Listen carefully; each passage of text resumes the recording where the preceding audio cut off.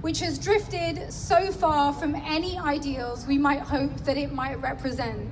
So the first thing I want to do today is thank you. I want to say thank you to each and every one of you for continuing to be here, continuing to show up, continuing to be that conscience.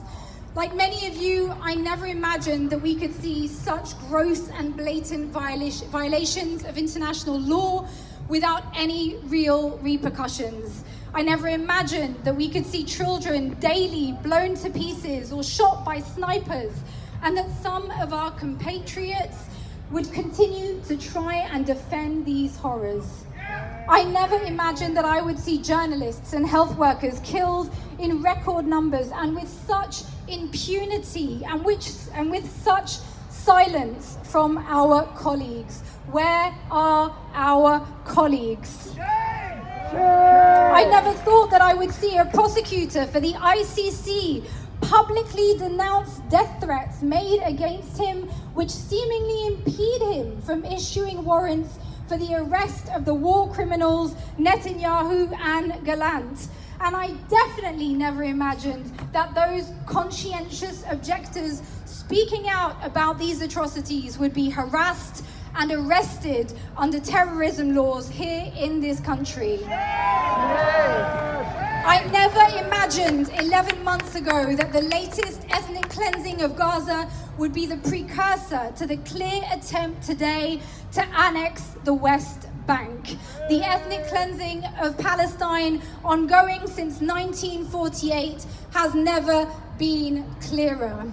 I never imagined we could see Palestinian men, women, and children detained, tortured, raped, and killed in Israeli custody, and that many would stay silent as thousands languish in torture camps as we speak. I could not have fathomed that we would see US citizens shot in the head by Israeli snipers, and that even then the US administration would prevaricate. I never imagined that speaking up against a genocide could see you targeted, harassed, and demonized. But here we are. The Palestine liberation struggle continues to reveal to each and every one of us how connected our struggle for freedom truly is, by unmasking the charade of the systems we have been lulled into accepting. Today we gather not just to speak, but to act with the full force of history, with the strength of the freedom fighters who have preceded us, and with the fire of a people demanding justice. The struggle for Palestine is not an isolated struggle.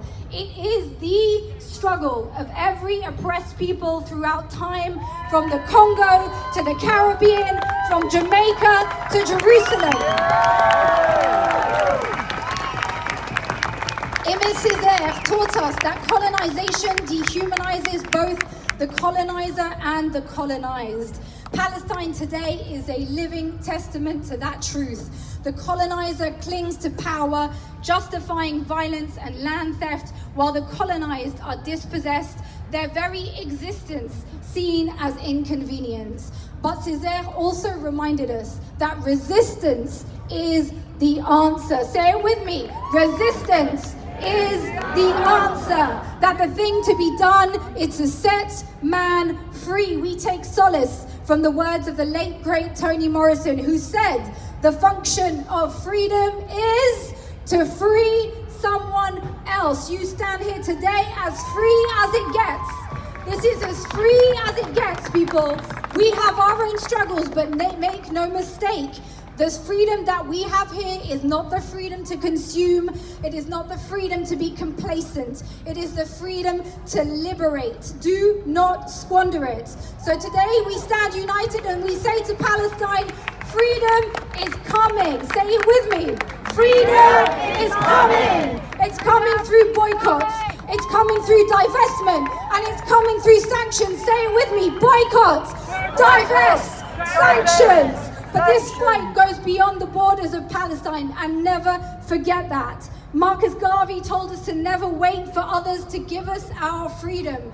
freedom is always fought for. It is never handed to you. It is never handed to you. And as our very own freedoms are eroded, remember that it is now ours to reclaim. We've seen a limited arms embargo. It's the beginning. It's far from enough.